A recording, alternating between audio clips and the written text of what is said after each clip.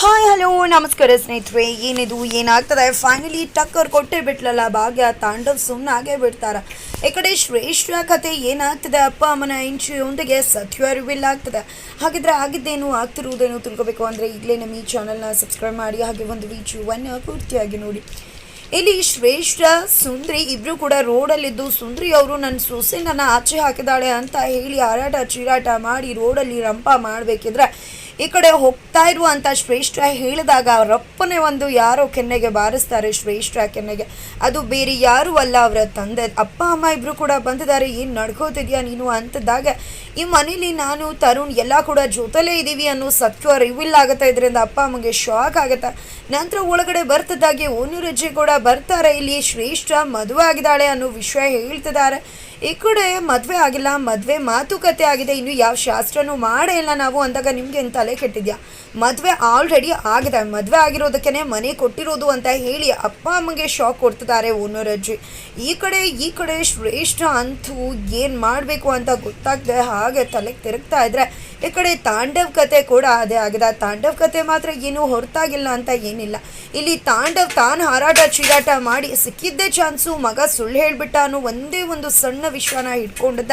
ಮಗ ಯಾಕೆ ಹೇಳ್ದ ಅನ್ನೋ ಸತ್ಯ ಕೂಡ ಗೊತ್ತಾದ ಮೇಲೂ ತನ್ನ ಮಗನ ನೆಟ್ಟಿಗೆ ಬರ್ಸಿಲ್ಲ ಅಂತ ಹೇಳಿ ಆರೋಪ ಮಾಡೋದ್ರ ಜೊತೆಗೆ ಮಕ್ಕಳಿಗೋಸ್ಕರ ಇಷ್ಟು ದಿನ ಹೋಲ್ಡ್ ಮಾಡಿದಂಥ ವಿಷಯನ ಇನ್ನು ಮುಂದೆ ರೀಸ್ಟಾರ್ಟ್ ಮಾಡ್ತೀನಿ ಅಂತ ಹೇಳಿ ಮಕ್ಕಳನ್ನೆಲ್ಲ ಹಿಡ್ಕೊಂಡು ರೂಮ್ಗೆ ಲಾಕ್ ಹಾಕಿ ಭಾಗ್ಯನ ಮನೆಯಿಂದ ಹೊರಗಡೆ ಕಳಿಸೋ ಪ್ಲಾನ್ ಮಾಡ್ತಾರೆ ತಾಂಡವ್. ಇಲ್ಲಿ ಅಮ್ಮ ವಿರುದ್ಧವಾಗಿ ನಿಂತರು, ಅಮ್ಮಂಗೆ ಟಕ್ಕರ್ ಕೊಟ್ಟು ನಿಮ್ಮ ಕೆಲಸ ಏನು ಮಾಡ್ಕೊಂಡು ತಿನ್ಕೊಂಡು ಬಿದ್ದಿರೋದು ಬಿಟ್ಟು ಇನ್ಯಾವುದೇ ರೀತಿಯ ಅಧಿಕಾರ ಇಲ್ಲ ಅಂತ ಕೂಡ ಹೇಳ್ತಾರೆ.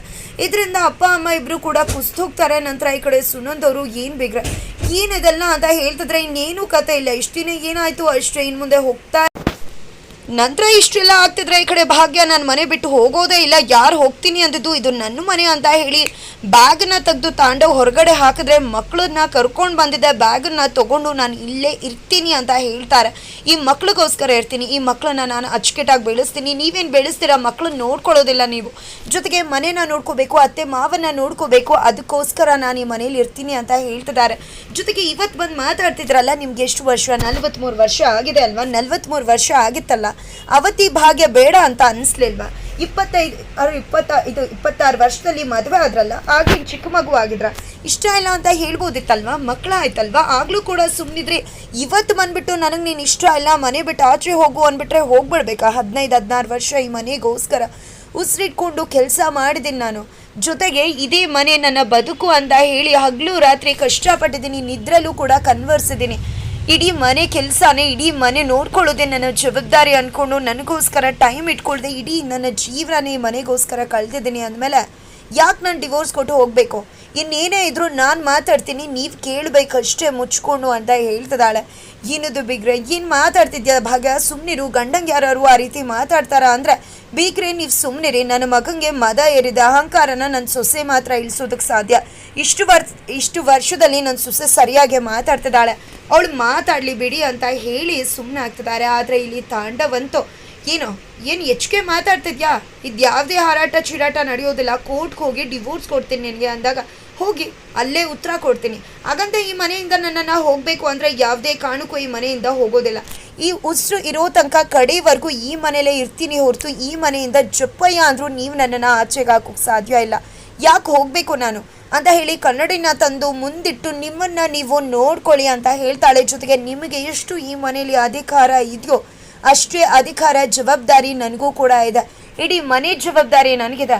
ಇದನ್ನೆಲ್ಲ ಬಿಟ್ಟು ನನ್ನ ಮಕ್ಕಳನ್ನ ಬಿಟ್ಟು ಹೋಗೋದಕ್ಕೆ ನನಗೆ ತಲೆ ಕೆಟ್ಟಿಲ್ಲ ಅಂತ ಹೇಳಿ ಮನಸ್ಸಿಗೆ ನಾಟಿ ಉತ್ತರಿಸ್ತಿದ್ದಾಳೆ ಈ ಕಡೆ ಭಾಗ್ಯ ಅವತಾರಕ್ಕೆ. ಓ ಮೈ ಗಾಡ್, ತಾಂಡವಂತೂ ಸುಸ್ತು ಬೆವರ್ ಇಳಿಸ್ಬಿಟ್ಟಿದ್ದಾಳೆ ಭಾಗ್ಯ ಅಂತ ಹೇಳ್ಬೋದು. ಇಲ್ಲಿ ಭಾಗ್ಯ ಮಾತಂತೂ ಜಬರ್ದಸ್ತಾಗಿ ನನ್ನ ಮಗಳು ಮಾತಾಡ್ತಿದ್ದಾಳೆ ಅಂತ ಅತ್ತೇನೆ ಅಂದ್ಕೊಂಡು ಖುಷಿ ಪಡ್ತಿದ್ದಾರೆ. ಇವಳು ಸರಿ ನನ್ನ ಮಗನಿಗೆ ಗ್ರಹಚಾರ ಬಿಟ್ಟು ಅವನ ಮದನ ಇಳಿಸೋದಕ್ಕೆ ಅಂತ. ಈ ಕಡೆ ಭಾಗ್ಯ ಅವರು ಒಂದಾದ್ಮೇಲೆ ಒಂದು ಬಿಡ್ತಾರೆ ಬಾಣಕ್ಕೆ ಒಂದು ಕೂಡ ರಿಪ್ಲೈ ಆಗಿ ಬರೋದೇ ಇಲ್ಲ ತಾಂಡವಿಂದ. ಹಾಗೆ ಗಪ್ ಚುಪ್ ಬೇಟು ಅಂತ ಹಾಗೆ ನಿಂತ್ಕೊಂಡ್ಬಿಟ್ಟಿದ್ದಾರೆ.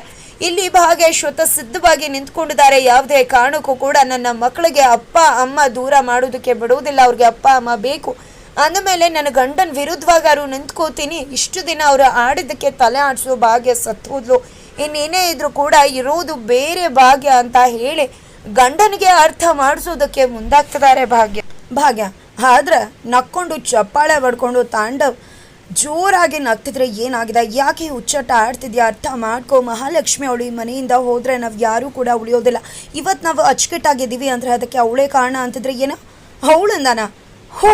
ಹಾಗಾದರೆ ನಾಳೆಯಿಂದ ನಾನು ಕೆಲಸಕ್ಕೆ ಹೋಗಲ್ಲ, ಕಾರ್ಪೊರೇಟ್ ಕಂಪ್ನಿ ದಿನ ಮಾಡಿ ನನಗೂ ಬೇಸತ್ತೋಗಿದೆ, ನಾನು ಕೂಡ ಮನೇಲಿ ಇದ್ಬಿಡ್ತೀನಿ, ಎಲ್ಲ ಕೂಡ ಸಂಪಾದನೆ ಮಾಡ್ಕೊಂಡು ಬರಲಿ, ಅವಳಿಂದಾನೇ ಅಲ್ವಾ ಎಲ್ಲ ಜೀವನ ನಡೀತಿರೋದು ಅಂತ ಹೇಳ್ತಿದ್ದಾರೆ. ಉದ್ದಟತನ ಜಾಸ್ತಿ ಆಯಿತು ತಾಂಡವ್ನಿಂದು ಅಂತ ಕುಸುಮ ಅವ್ರು ಹೇಳ್ತಿದ್ರೆ, ನಂದಲ್ಲ ಅಮ್ಮ, ಮಗನ ಕಷ್ಟ ಏನು ಅಂತ ಅರ್ಥ ಮಾಡ್ಕೊಳ್ದೆ ಸೊಸೆ ಅಂದ್ಕೊಂಡು ಪರ ನಿಂತ್ಕೊಂಡಿದ್ರಲ್ಲ, ನಿಮ್ಗೆ ಹೇಳಬೇಕು ನಾನು.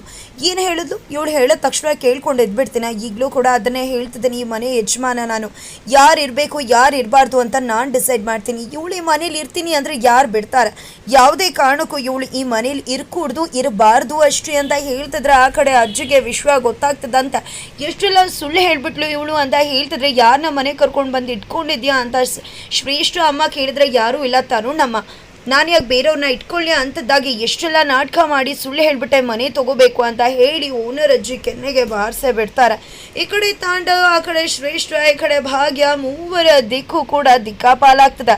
ಹಾಗಿದ್ರೆ ಏನಪ್ಪ ಆಗುತ್ತೆ ತಿಳ್ಕೊಬೇಕು ಅಂದರೆ ಈಗಲೇ ನಮ್ಮ ಈ ಚಾನಲ್ನ ಸಬ್ಸ್ಕ್ರೈಬ್ ಮಾಡಿ, ಮುಂದಿನ ವಿಡಿಯೋಗೋಸ್ಕರ ವೇಟ್ ಮಾಡೋದನ್ನ ಮರಿಬೇಡಿ.